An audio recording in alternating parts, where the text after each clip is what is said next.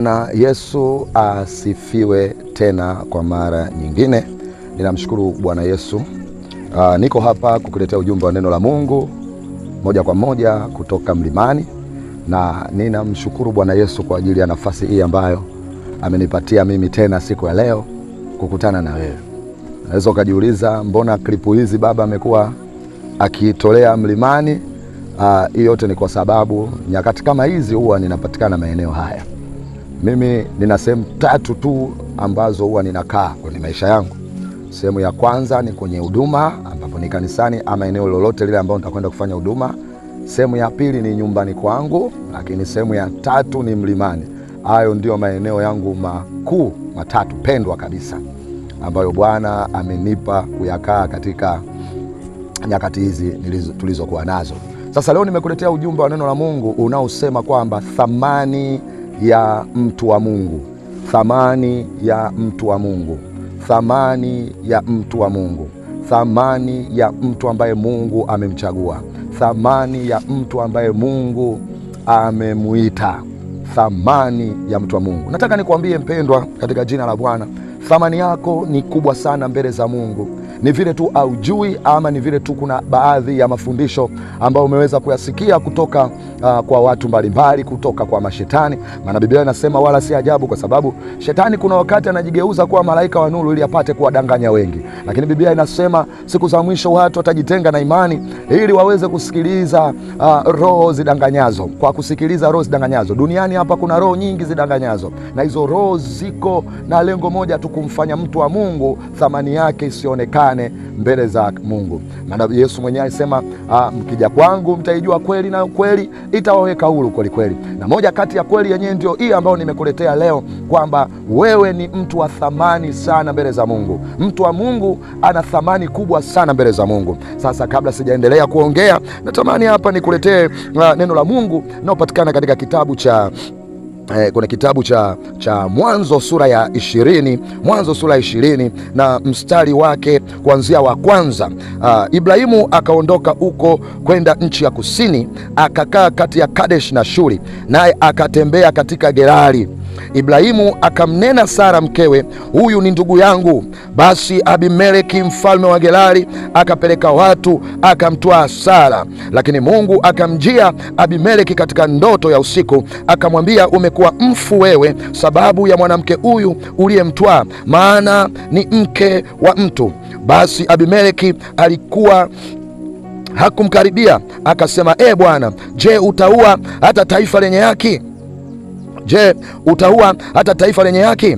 Je, hakuniambia mwenyewe huyu ni ndugu yangu? Na mwanamke mwenyewe naye alisema, huyu ni ndugu yangu. Kwa ukamilifu wa moyo wangu na kwa kuwa safi mikono yangu nimefanya hivi. Mungu akamwambia katika ndoto, nami nimejua ya kwamba kwa ukamilifu wa moyo wako umefanya hivi, ndipo nami nikakuzuia usinitende dhambi, kwa hiyo sikukuacha umguse.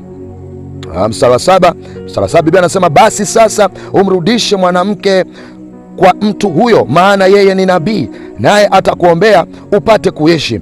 Bali usipomrudisha, fahamu ya kwamba kwa hakika utakufa, wewe na watu wote ulio nao.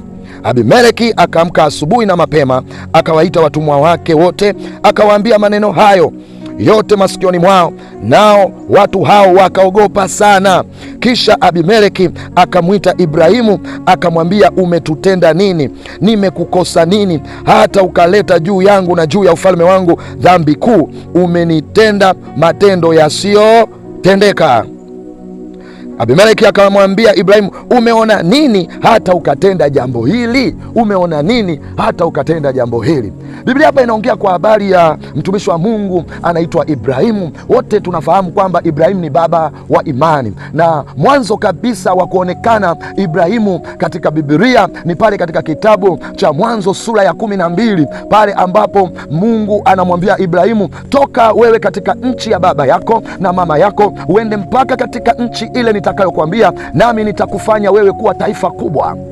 hapa ilikuwa pale dunia ilikuwa imeshaharibika, na Mungu akaamua atengeneze familia yake. Mungu akaamua atengeneze taifa lake, na Mungu anapotaka kuanza kutengeneza taifa lake, kuna mtu huwa anamtumia huyo ili atengeneze taifa. Sote tunafahamu ya kwamba Mungu anao mwili, lakini mwili wake ni wa kiroho. Mungu mwili wake haufanyi kazi katika ulimwengu huu wa nyama na damu. Kwa Mungu akitaka kufanya jambo hapa duniani lazima amtumie mwanadamu, na Mungu akitaka kuanzisha jambo hapa duniani lazima amtumie mwanadamu kuanzisha hilo jambo. Na katika Biblia hapa tunaona Mungu alipotaka kuanzisha taifa lake takatifu, akaamua aanze na mtu ambaye anaitwa Ibrahimu. Akaenda na Ibrahimu mpaka nyumbani kwao panaitwa Uru wa Kaldayo, ambao ni Iraki ya sasa. Akaenda mpaka kule, akamkuta kijana moja, akamkuta mtu mmoja ambaye jina lake anaitwa Ibrahimu. Mungu alipomtazama Ibrahimu akasema, huyu anafaa sana mimi nianze naye taifa. Kwa Mungu kitu cha kwanza alichokifanya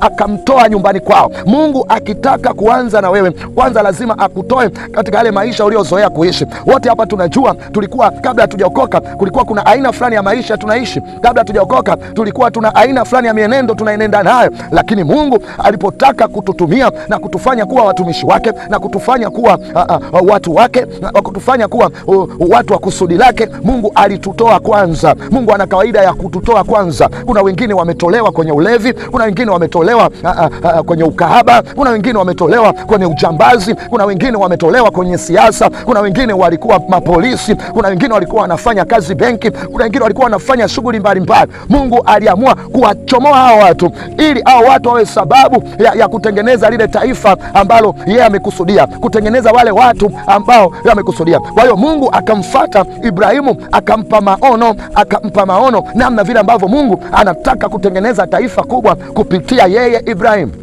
Mosha pariga zubre ente. Kwa hiyo Mungu akaamua aanze na Ibrahimu. Ibrahimu akatoka nyumbani kwao. Mimi sijui ilikuwaje kuwaje, Biblia haisemi kwamba ilikuwaje kuwaje, na wakati anatoka anaaga ndugu zake, anaaga wazazi wake, anaaga jamii yake, ilikuwaje kuwaje. Lakini Biblia inatuonesha ya kwamba Ibrahimu akaondoka ametokewa na Mungu, wala akusita-sita, kwa sababu alimwamini Mungu. Ibrahimu alitoka nyumbani kwao bila kuchelewa, akaanza kutembea, akaondoka kule nyumbani kwao, na alivyoondoka nyumbani kwao akaenda mpaka mahali akamtengenezea Mungu madhabahu. Kwa hiyo Ibrahimu ni mtu wa kusudi la Mungu, alitolewa huko ili taifa takatifu lijengwe. Kwa hiyo Ibrahimu alipokuwa ameondoka, njiani mambo mengi yakatokea, lakini Biblia inasema siku moja Ibrahimu alipita katika nchi ya kusini. Alipofika huko katika mji fulani ambao, katika nchi fulani ambayo mfalme wake alikuwa akiitwa Abimeleki, Ibrahimu alipofika katika nchi ile akaogopa sana, akasema watu wa nyumba hii, watu wa nchi hii wasije wakaniua kwa kumtamani mke wangu, na kwa kuwa mke wangu ni mzuri, wasije wakaniua mimi ili wamchukue mke wangu. Kwa ili mimi niishi, ninakuomba mke wangu akajadiliane na mke wake, tujifanye mimi na wewe ni mtu na dada yake, tukubaliane kwamba mimi na wewe ni mtu na dada yake. Na kweli wakakubaliana hivyo. Hata alipokutana na mfalme Abimeleki, ndivyo alivyomwambia ya kwamba mimi na huyu Sarai ni mtu na dada yake, huyu ni ndugu yangu, huyu ni ndugu yangu. Kwa hiyo lolote lile ambalo mfalme anataka basi angeweza kufanya, na kwa sababu ya uzuri wa Sara mfalme akamtaka. Kama unisikilize, kuna wakati kwa kuogopa kifo watu huwa wanajitetea, kuna wakati kwa kuogopa mauti watu huwa wanajitetea, kuna wakati kwa kuogopa hali mbaya, kuna namna binadamu anaweza akajitetea. Lakini Mungu, ukishakuwa mtumishi wa Mungu, mtetezi wako anakuwa Mungu peke yake. Ayubu akasema mtetezi wangu yu hai, nami nataka nikwambie mtetezi wako yu hai. Chochote kile ambacho utapitia kwenye maisha, usitafute kujitetea. Yuko Mungu ambaye atakutetea. Usiwe mtu wa maneno mengi katika kinywa chako. Usitafute watu wakuone kwamba wewe ni wa thamani ama wewe ni bora. Kuna wakati unatakiwa umwambie Mungu nitetee katika jambo hili. Basi mfalme yule akamchukua Sarai akaondoka naye ili aweze kumfanya mke wake. Just imagine, unakubali mke wako kwa kuogopa kifo, unakubali mke wako achukuliwe achukuliwe aende na mwanaume mwingine. Ni jambo ambalo linauma sana. Ibrahimu ili jambo lilikuwa linamuumiza, lakini alikuwa hana jinsi. Ni mtu asiye na nguvu, amefika tu, kwanza ni nchi ya ugeni, kwamba hata kama angekuwa na nguvu, yupo katika taifa la watu. Hata kisema pigane, kuna msemo mmoja wanasema kwamba mcheza kwao utunzwa. Ni lazima tu angewekwa hatiani, ni lazima tu angesingiziwa kesi yoyote, angeweza kuambiwa ni mwaini, kwa sababu aliyemchukua mwanamke ni kiongozi mkuu wa taifa. Just imagine, kiongozi mkuu wa taifa achukue kitu chako. Utaenda kumshtaki kwa nani? Utaenda kumlilia kwa nani? Nani umwambie ili aende akamshtaki yeye? Kwa sababu yeye ndiye mkuu wa nchi, akisema lolote watu wanatii. Na huyu Abimeleki alikuwa mfalme, basi akamchukua Sarai ili akamfanye kuwa mke wake. Basi Biblia inasema ya kwamba wakati zoezi zima linaendelea, kashamchukua sasa Sarai. Ibrahimu kaachwa kule na majonzi, roho inauma, mke wangu ndo amechukuliwa, nimepokonywa tonge mdomoni. Tunaona hapa Abimeleki yuko nyumbani kwake, lakini katika ndoto usiku, kabla hata hajamkaribia yule Sarai, kabla hata hajalala naye yule Sarai, katika ndoto usiku, Mungu akamtokea Abimeleki, akamwambia Abimeleki, jambo unaotaka kwenda kulifanya ni jambo baya ambalo litakukosti wewe, litakosti na taifa zima. Abimeleki akamwambia Mungu, ina maana utaua taifa lote lenye haki kwa sababu ya huyu mwanamke? Mungu akamwambia, nitaua watu wote. Just imagine, kwa ajili ya mtu mmoja tu ambaye ni Ibrahimu, Mungu akaadhimia atake kuliua taifa lote. Hapo ndipo nataka nikuambie kwamba mtu wa Mungu ana thamani. Ukishakuwa mtu wa Mungu una thamani kuliko watu milioni 60 ambao hawana Mungu. Mtu wa Mungu ana thamani kuliko watu milioni 100. Mtu wa Mungu ana thamani kuliko watu milioni 20. Kwa sababu gani mtu wa Mungu ana thamani? Mungu huwa analiangalia lile kusudi aliloliweka ndani ya huyu mtu, kwa sababu kusudi la Mungu lazima litatimia. Kusudi la Bwana lazima litatimia. Mungu akiweka kusudi ndani yako kupitia wewe awafikie mataifa, vitatokea vita vyote, itatokea kila dhahama, lakini wewe hautaguswa, kwa sababu Mungu sio kwamba anakulinda wewe, ila analinda kusudi lake aliyoliweka ndani yako. Kuna kusudi la Mungu ambao likiwekwa ndani ya mtu, huyu mtu anakuwa ni mtu hatari sana, anakuwa ni mtu wa ajabu sana. Tunao watu duniani, wako wahubiri wengi wamepitia mambo ya ajabu. Wewe unasema kama ningekuwa mimi ningekuwa nishakufa, lakini hawa watu hawakufa. Yote ni kwa sababu walibeba kusudi la Bwana. Mungu anamwambia Abimeleki, nitakuua wewe, nitaua na taifa zima kwa ajili ya Ibrahimu. Sasa mrudishe huyo mke wake. Abimeleki anaanza kujitetea, anasema Bwana, mimi sina makosa yote, kwa sababu yeye mwenyewe alisema kwamba ni ndugu yake, na hata mwanamke nilipomuuliza alisema Ibrahimu ni ndugu yake. Kwa hiyo mimi nikamchukua, mimi hapo sina hatia, sina kosa lolote. Mungu akamwambia, uwe unakosa uwe hauna kosa, na ndio maana nimekuja kukwambia ili usinitende dhambi, kwa sababu ukifanya tu sitaangalia wewe una makosa au hauna makosa, sitaangalia Ibrahimu kadanganya au hajadanganya. Mimi ninachokiangalia ni kwamba umetembea na mke wa mtu, nitakupiga wewe, na sio tu wewe, nitapiga taifa zima. Kumbe nikagundua ya kwamba mtu wa Mungu akiwepo mahali, ye anakuwa na thamani kuliko watu wote katika hilo taifa. Mungu akimchagua mtu wake, anachagua kiumbe ambacho atawekeza ajenda yake ndani yake, atawekeza ajenda. Mungu anayo ajenda, na hiyo ajenda Mungu anatafuta mtu ili aiweke ndani yake, na huyo mtu ndiye wewe. Wewe umebeba ajenda ya Mungu kwenye maisha yako, na hiyo ajenda ipo kwa ajili ya kuwafikia mataifa. Nataka nikwambie, wakuinukia wachawi 800, wakuinukia majini 6000, wainuke askari na maaskari, majeshi yajipange kukufata, lakini nataka nikwambie Mungu bado atakuwa pamoja na wewe. Ndio maana Daudi anasema, jeshi lijapojipanga kupigana nami, hata hapo sitaogopa. Kwa nini Daudi hataogopa? Kwa sababu amebeba ajenda ya Mungu. Nami nataka nikwambie, umebeba ajenda ya Mungu, usiogope vita yoyote itakuwa mbele yako, kwa sababu wewe una thamani sana mbele za Mungu. Shetani asikudanganye, watu wasikudanganye, wanaokuchukia wasikudanganye, watu wanaokuacha wasikudanganye kwamba eti kwa sababu watu wameondoka kwenye maisha yako eti ndio kwamba wewe hauna thamani. Hapana, thamani yako iko pale pale mbele za Mungu. Ni kwa majira tu na nyakati tu Bwana atakuja kukuinua na kukufanya kuwa mtu mkuu, na dunia nzima itajua ya kwamba tulikuwa tumekaa na mtu wa Mungu nasi hatujui. Unaona hapa, mpaka Mungu anaanza kumtambulisha anaanza kumtambulisha Ibrahimu kwa Abimeleki, mkuu wa taifa. Anakwambia yule ni nabii, mrudishe mke wake kwa sababu atakuombea ili upate kuishi, atakuombea ili kosa ulilofanya wakukuombea ndo yeye. Na ndo maana kuna wakati wako watu wanaweza wakakupinga kwenye maisha, lakini wasijue wewe ndio mwombezi wao. Wako watu wanaweza wakakukataa kwenye maisha, lakini wasijue kwamba wewe ndio mwombezi wao. Ndugu zako katika ukoo wako, katika familia yako wanaweza wakakuchukia, lakini wasijue kwamba wewe ndio mwombezi wao. Nani angejua kwamba Daudi angekuwa mfalme mchunga kondoo, mtu wa mapolini. Yani yule ni mtu alikuwa anashinda mapolini, kama vile ambavyo unaniona mimi huko akiwa bora mimi nimekuja huku kwa ajili ya maombi, lakini Daudi alikuwa yuko zake huko kwa ajili ya kuchunga tu mbuzi na makondoo, na nini ndo maisha yake, lakini ndani amebeba ajenda ya Mungu. Moyo wake umeupendeza moyo wa Mungu. Wasijue ndugu zake walimdharau, familia yake ilimdharau, jamii ilimdharau. Wasijue ya kwamba huyu ni mtu wa Mungu na ni mkuu wa taifa ajaye, ni mfalme ajaye, ni mfalme baada ya huyu aliyekopo madarakani. Kuna watu unaweza ukawadharau leo ukawaona kwamba ni kitu cha kawaida, kumbe ndani yao wamebeba ajenda ya Mungu. Ndio maana kila siku ninasema usimdharau yule unayemuona tu kwa mara ya kwanza ukamletea dharau eti kwa sababu wewe una drive your car, eti kwa sababu wewe umevaa umependeza. Hata wale waliopendeza unawadharau. Sikia nikwambie, Mungu kuna baraka fulani amezificha katika vifungashio visivyoeleweka. Mungu kuna watu amewaekea miujiza ya watu, na hata ukiwatazama watu hawavutii, hawapendezi, hawavutii sawa sawa na Bwana Yesu. Biblia inasema hivi, ukimtazama hana uzuri hata umtamani, hana uzuri hata umsogelee.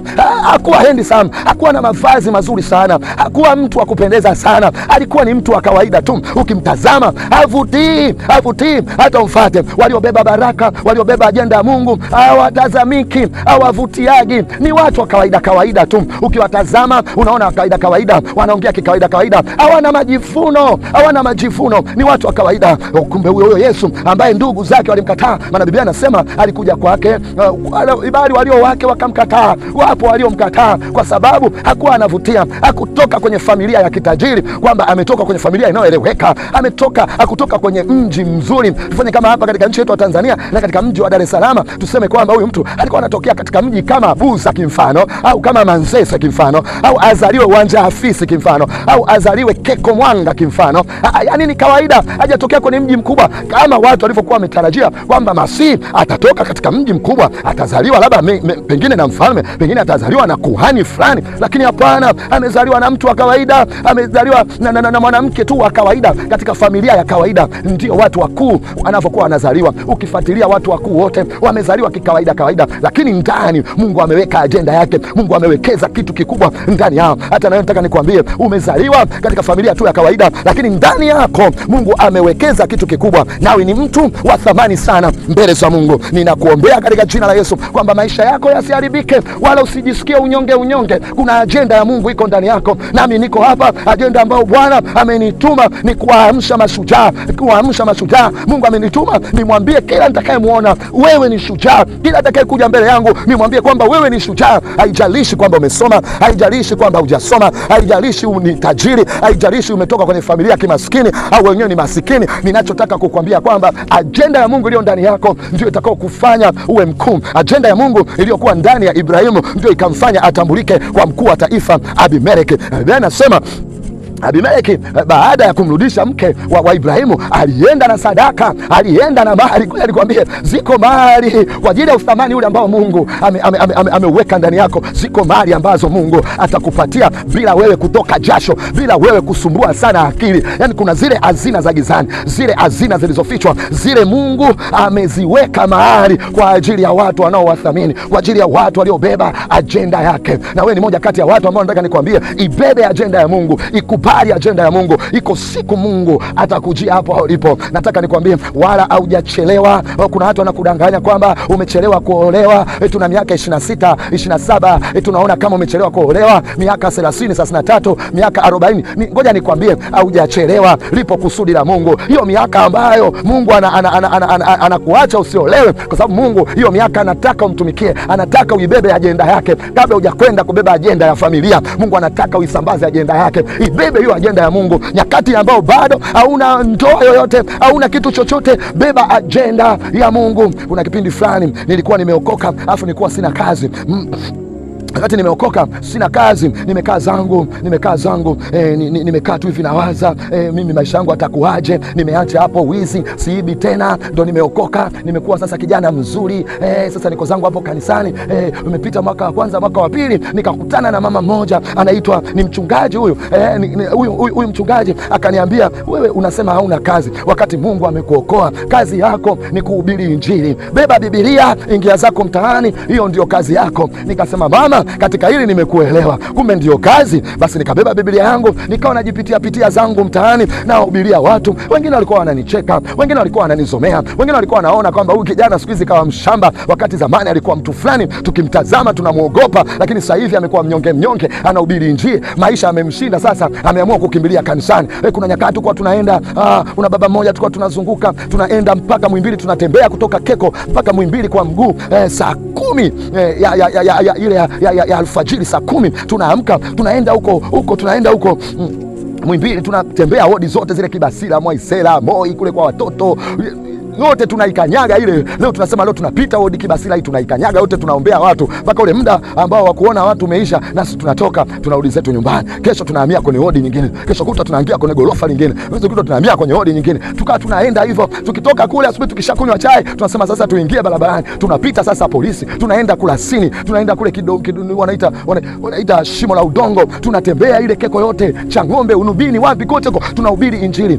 Sina chochote, yani hapo nikiwa sina chochote, hata kuoa, yani hapo sijaoa, niko tuna mahusiano na huyu ndo mke wangu, tuko kwenye mahusiano, hata ndoa hatujafunga. Lakini nataka nikwambie, baada ya muda hapo mbele, Bwana alinishangaza. Baada ya mwaka mmoja, Bwana alinishangaza. Kuna thamani Mungu anapokuwa amekuita. Kwa nini wewe fikiria, kwa nini Yesu amwe kumwaga damu yake, afe msalabani? Mungu hajafa msalabani kwa ajili ya watu wa ovyo. Kuna uthamani ambao uko nao, kwa hiyo akaamua kukununua kwa bei ya mauti ya msalaba. Aliamua kuutoa uhai wake kwa ajili yako. Uhai wa mtu, kuna kitu gani kina thamani kubwa kuliko uhai wa mtu? Sasa yuko mtu ambaye alitoa uhai wake ili wewe upate thamani. Tazama hapa Ibrahimu, thamani ya Ibrahimu inapita taifa zima. Thamani ya Ibrahimu inapita mfalme aliyekuwepo kwenye madaraka. Mpaka mfalme mwenyewe akashangaa, hata alivyoenda kuambia viongozi wake na watu wake, nao wakaogopa, wakasema, mama yangu, kumbe katika taifa hili tumetembelewa na nabii, nasi tutaka tutende mambo ya yana. Wakaogopa sana, wakasema, hapana, hii ni hatari. Wakaanza kushauriana pale kama vipi, mrudishe. Na yule mfalme alipofika kwa Ibrahimu akamwambia, ulitaka kuniingiza kwenye mkenge ndugu yangu, ulitaka kunifanya mimi nipigwe, mimi na taifa zima. Nataka nikwambie kitu kimoja, mwana wa Mungu, wewe ni wa thamani sana. Thamani ya mtu wa Mungu ni kubwa sana kuliko wanavyokudanganya, kuliko mashetani wanavyokudanganya. Mungu akubariki sana kwa wakati wako mzuri ambao umeutumia kunisikiliza. Kwa majina yangu ninaitwa Apostle Emmanuel Kim. Kwa huduma ya maombi na maombezi unaweza ukanipigia kwa namba ambazo ninaziweka hapo chini kwenye video yangu. Mungu akubariki sana. Mpaka wakati mwingine, usisahau kunifuatilia kwenye mitandao mingine ya kijamii. Lakini nataka nikwambie pia, liko grupu ambalo hilo grupu kila siku ninatuma huko maneno ya Mungu, na natuma huko maombi, natuma huko maelekezo, natuma huko hekima za Mungu, na watu wengi wanabarikiwa katika grupu hilo. Watu wengi wanafunguliwa katika grupu hilo. Watu wengi wanaamshwa, ule ushujaa wa ndani unaamshwa. Pia ninakukaribisha. Kama unataka pia kujiunga, hiyo namba ambayo utaiona hapo ni namba ya WhatsApp. Utanitumia kwenye WhatsApp kwamba niunge, basi na mimi nitakuunga. Katika jina la Yesu Mungu ninakubariki. Thamani yako Mungu ndiye anaijua. Ukubwa wako Mungu ndiye anaujua. Na hiyo ajenda iliyo ndani yako Mungu anaijua. Hata hiyo vita unayopitia ni kwa sababu ya ukuu ambao Mungu ameweka ndani yako. Kwa sababu ya ajenda ambayo Mungu ameweka ndani yako. Na vile watu wanakusema ni kwa sababu ya hiyo ajenda uliokuwa nayo. Ungekuwa hauna kitu, maana yake hata hamna ambaye angekufuata. Ukiona unafuatwa ni kwa sababu una kitu. Ukiona watu wanakuinukia ni kwa sababu una kitu. Ukiona shetani anakusonga ni kwa sababu una kitu. Wasio na kitu hawafuatwi. Sikia, ngoja nikwambie, palipo mzoga ndipo wakusanyikapo tai. Anasema fata nyuki ule asali. Mwenye kitu ndiye anafuatwa, asiye na kitu hafuatwi. wanasema mti wenye matunda ndio unaopigwa mawe. Wewe ni mti wenye matunda, hayo mawe yahifadhi, ujengee madhabahu. Hayo mawe yahifadhi, jenga ngome. Mpaka siku wanamaliza mawe hao, wewe umejenga bonge moja ya ngome. Wanakuwa wameishiwa mawe yote yako kwako. Mungu akubariki sana. Ninakutamkia baraka katika jina la Yesu, na ninakuombea kuamka. Wewe ni shujaa, maana huu ni uamsho wa mashujaa katika jina la Yesu. Mungu akubariki mpaka wakati mwingine. Amen.